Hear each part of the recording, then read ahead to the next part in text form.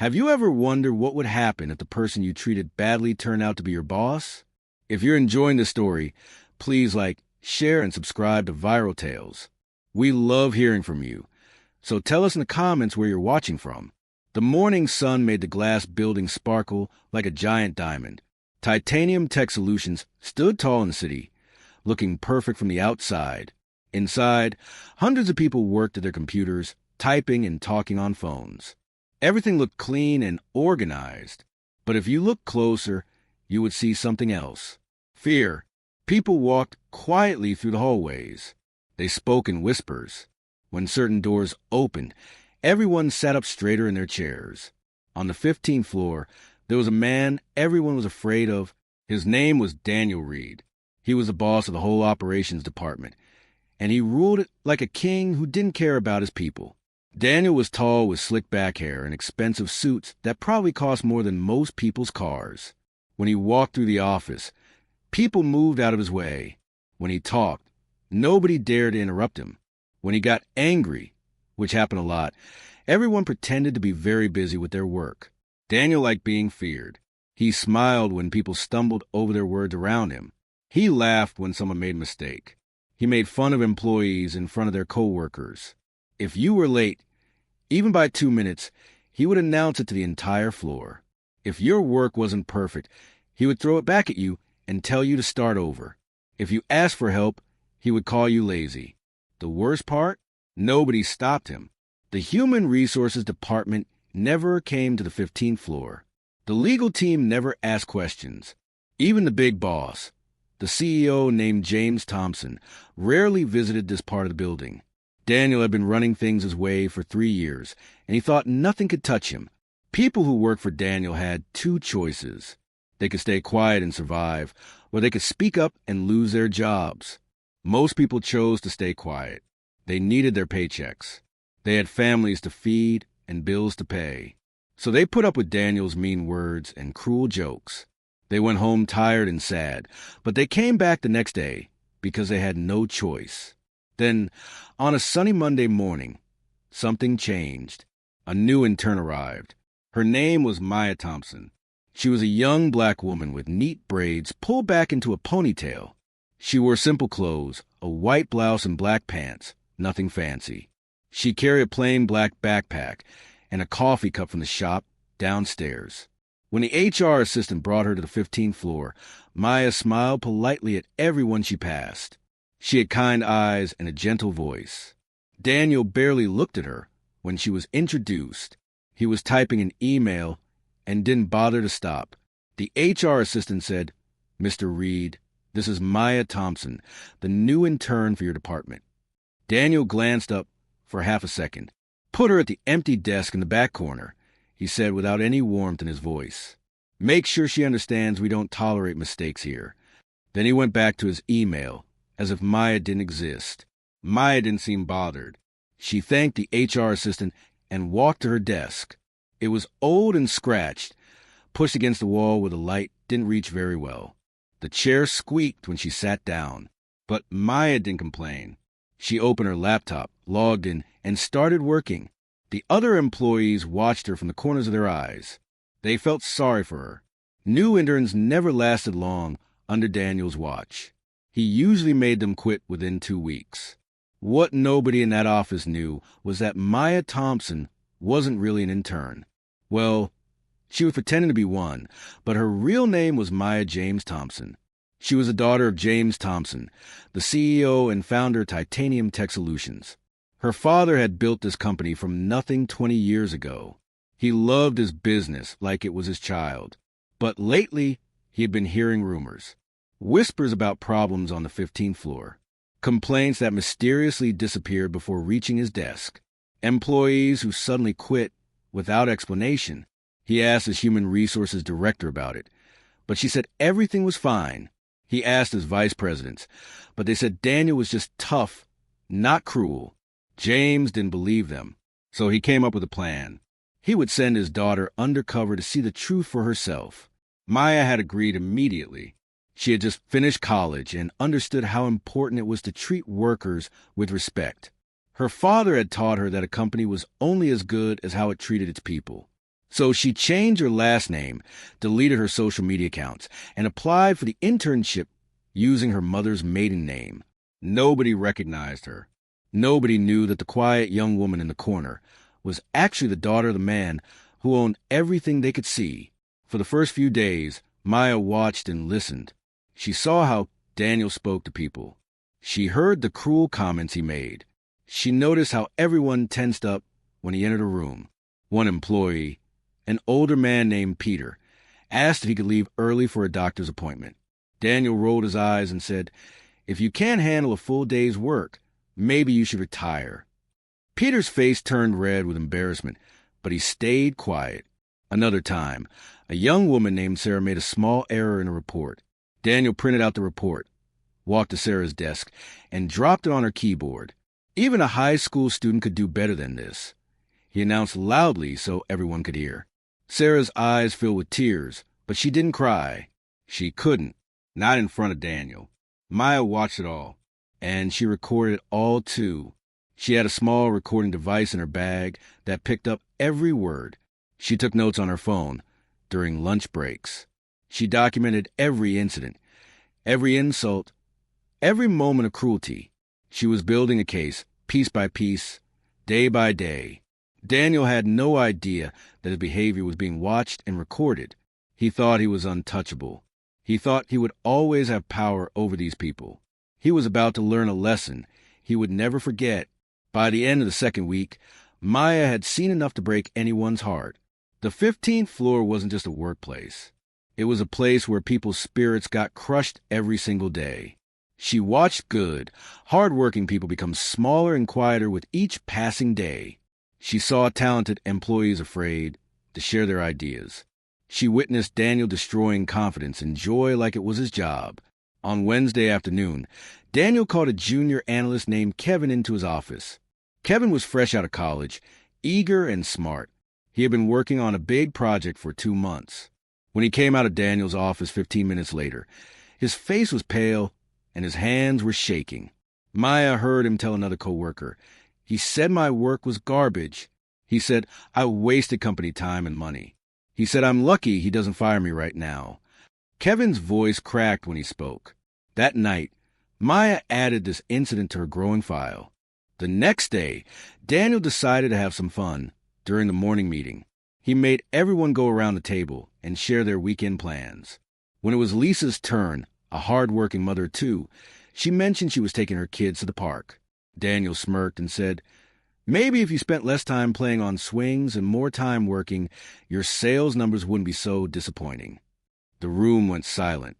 Lisa's cheeks burned red, but she nodded and looked down at the table. Nobody defended her. Nobody said a word. They were all too scared.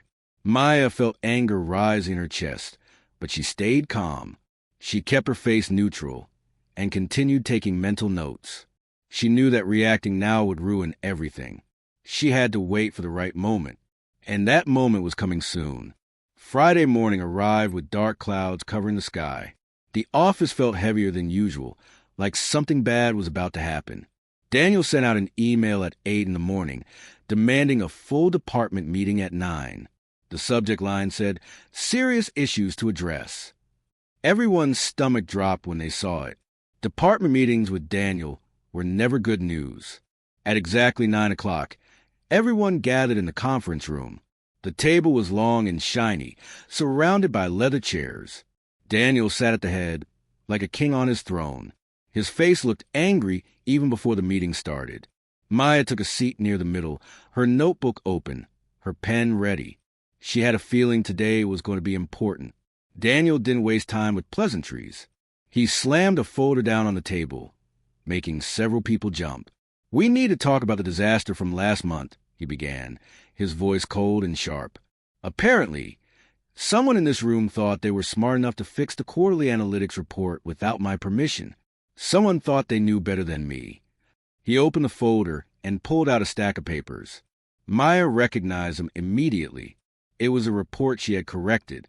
She had found several calculation errors that would have cost the company thousands of dollars. She had fixed them and submitted the corrected version to the system, following proper procedure. Daniel held up the first page. The initials at the bottom said MT. Who is MT? He demanded, looking around the room. His eyes were like daggers. Who decided to play hero without asking me first? Maya's heart beat faster, but she kept her breathing steady. She had prepared for this moment. Slowly, she raised her hand. "That's me, sir," she said clearly. "I'm Maya Thompson. I found some errors in the calculations and corrected them according to company protocol." Daniel's eyes locked onto her. For a moment, he looked surprised, like he had forgotten she even worked there. Then his face twisted into a cruel smile. "You," he said, almost laughing. "The intern? You think you found errors?" He stood up and walked around the table toward her. Everyone watched, frozen in their seats. "Let me explain something to you, Maya," he said, his voice dripping with fake sweetness. "Interns don't find errors. Interns make errors. Interns are here to learn, not to show off." Maya met his eyes. "Sir, the numbers were incorrect. The formulas had been miscalculated. I have the original version and the corrected version, if you'd like to review them." Her voice was respectful but firm. This seemed to make Daniel even angrier. His face turned red. "I don't need to review anything," he snapped. "I need you to understand your place. You're at the bottom of the ladder here. You don't question the work. You don't make changes. You sit quietly and do what you're told." The room was so quiet you could hear the clock ticking on the wall. Maya noticed Peter gripping the edge of the table. She saw Sarah's eyes wide with fear. She saw Kevin looking down at his hands. Everyone knew what was coming. Daniel always escalated. He never just gave a warning. He always made sure everyone remembered who was in charge. Daniel reached for his coffee mug. It was still half full, steam rising from the dark liquid inside. He picked it up slowly, deliberately, letting everyone see what he was about to do. "Since you want to act like you know everything," he said, standing right next to Maya's chair, "maybe you need to cool down a little bit." And then in one swift motion, he poured the entire cup of hot coffee over Maya's head. The liquid ran down her face, soaking her hair and her white blouse. It dripped onto her notebook and pooled on the table. The smell of coffee filled the room. Someone gasped. Another person put their hand over their mouth. But nobody moved. Nobody stood up. Nobody said stop. They were all paralyzed by shock and fear. Daniel set the empty mug down on the table with a loud thunk. "Now," he said, his voice satisfied and cruel, "clean yourself up, then clean out your desk. You're done here." Maya sat perfectly still. Coffee dripped from her braids onto her shoulders. Her blouse clung to her skin, but her face remained calm. Her eyes stayed focused. She reached into her pocket slowly and pulled out her phone. With one smooth motion, she placed it on the table in the center of the room. Then she pressed a button. The screen lit up, showing an active call that had been running for the past 10 minutes. A voice came through the speaker. It was deep and authoritative, and it made Daniel freeze in place.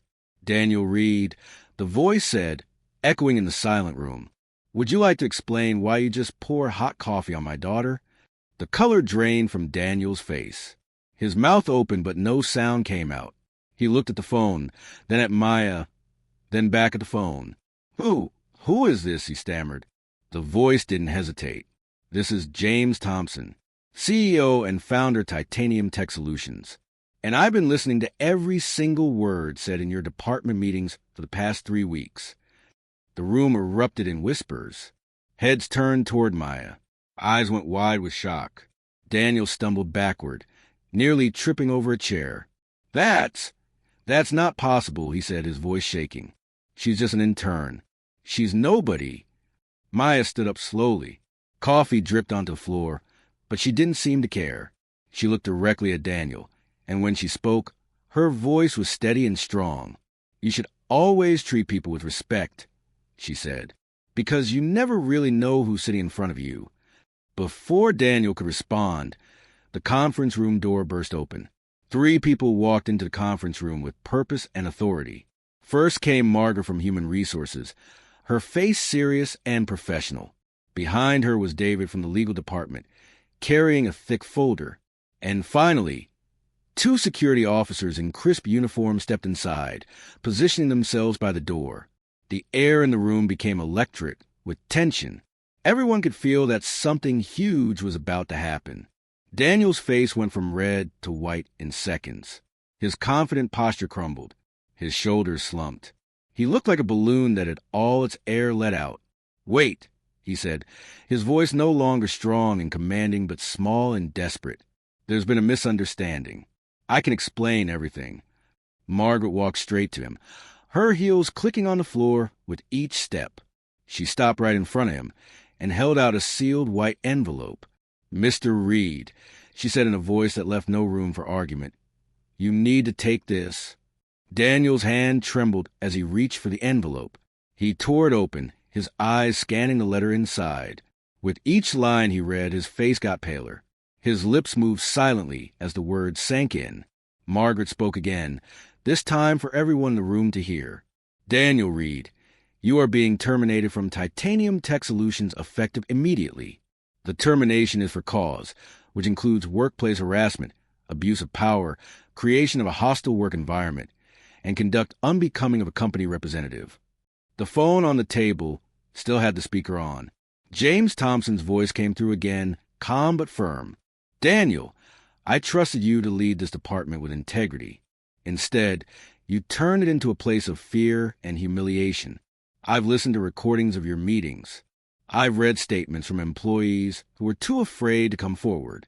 I've watched my daughter document your behavior day after day. What you did today, pouring coffee on an employee, on my daughter, was simply the final piece of evidence we needed." Daniel tried to speak. "Mr. Thompson, please, I've given this company 3 years of my life. My numbers are good. The department is profitable. You can't just—" James cut him off. "Your numbers mean nothing if they come at the cost of people's dignity. Profit built on cruelty isn't real success. It's just bullying with a paycheck attached. And yes, I absolutely can do this. In fact, I should have done it sooner." One of the security officers stepped forward. "Sir, we need you to come with us. You'll be escorted to your office to collect only your personal belongings. Your company laptop, phone, and access card will remain here." Daniel looked around the room desperately, as if searching for someone to defend him, someone to say this was all wrong. But every person at that table looked away. Peter, who he had mocked about retirement. Sarah, whose work he had called garbage. Kevin, whose project he had destroyed. Lisa, whose motherhood he had used as an insult. Maya, who he had humiliated with hot coffee. Not a single person met his eyes. As the security officers began to escort Daniel toward the door, he made one last attempt. "You'll regret this," he said, trying to sound threatening. "I have connections. I'll sue. David from legal stepped forward, opening his folder. "Actually, Mr. Reed, I'd advise against that. We have documented evidence of over 40 instances of workplace harassment, intimidation, and policy violations. We have recordings, witness statements, and written complaints that mysteriously never made it past certain administrative barriers. If you choose to pursue legal action, we will countersue for damages to company culture and employee welfare. I suggest you accept the severance package we're offering and leave quietly." Daniel's last bit of fight disappeared. His shoulders sagged completely. As he was let out of the conference room, he looked smaller than anyone had ever seen him. The man who had seemed so powerful and untouchable just minutes ago was now just someone who had lost everything because he forgot the most basic rule of being human. Treat others the way you want to be treated. The door closed behind him with a soft click. For a moment, nobody in the room moved or spoke. Then someone started crying. It was Sarah. The tears she had been holding back for months finally came pouring out. "I thought this day would never come," she whispered. "I thought he would be here forever."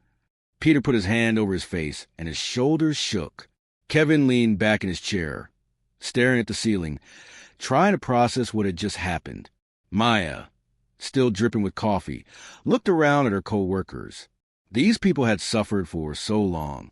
They had come to work every day knowing they might be humiliated, insulted, or torn down.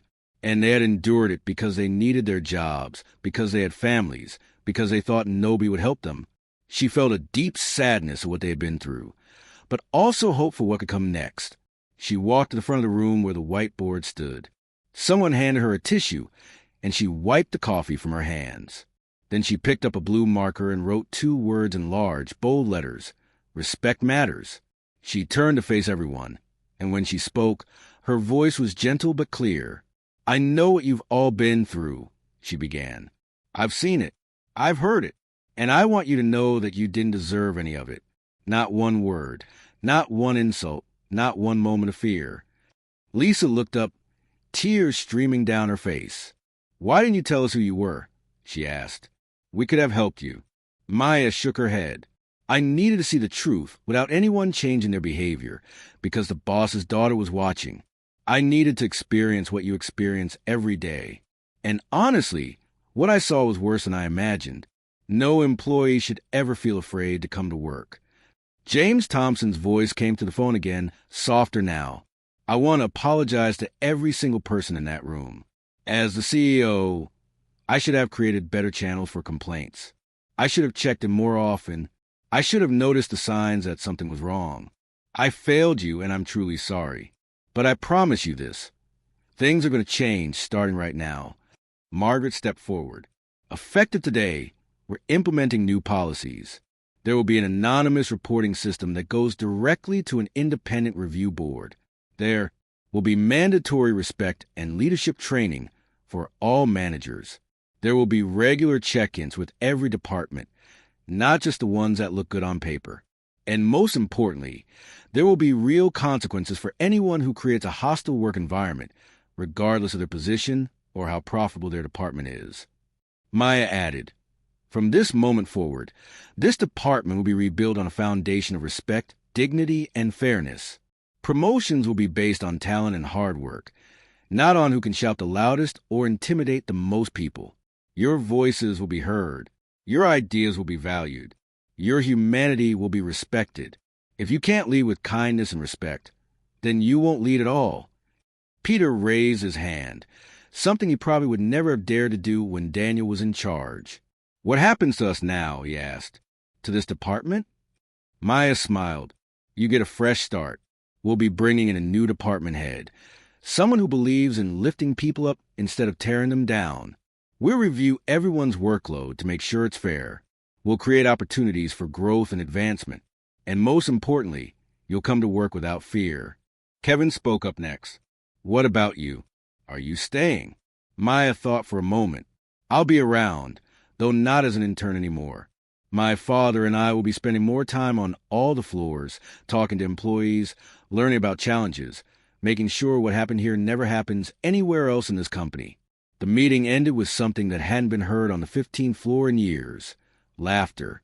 Not the nervous, forced laughter that came from fear, but real, genuine laughter that came from relief and hope. People hugged each other. They shared stories.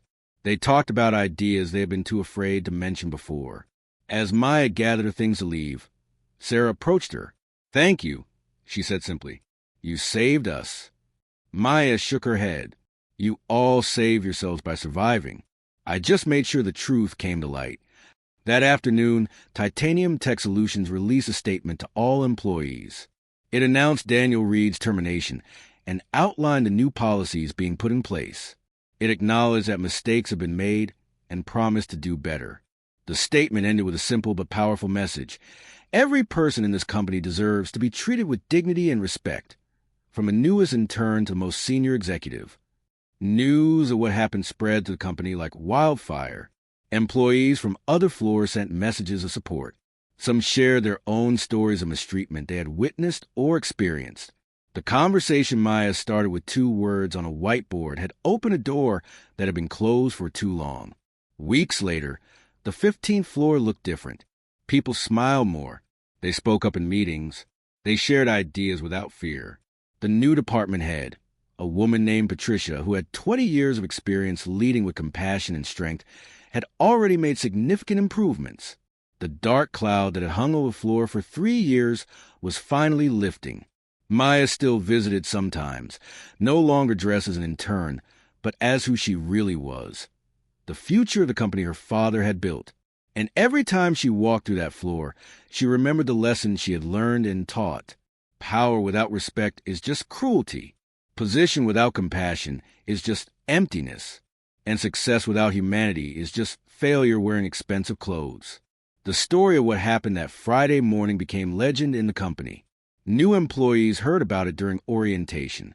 It became a reminder that no matter who you are or what your title is, respect is not optional. It's essential. And Daniel Reed? He found work at a smaller company, one where his reputation hadn't followed him yet. But he was different now. Quieter, more careful. The humiliation of being escorted out in front of everyone had taught him something that 3 years of power never had. Sometimes the most important lessons come not from success, but from the moment when everything falls apart and you're forced to see who you really were.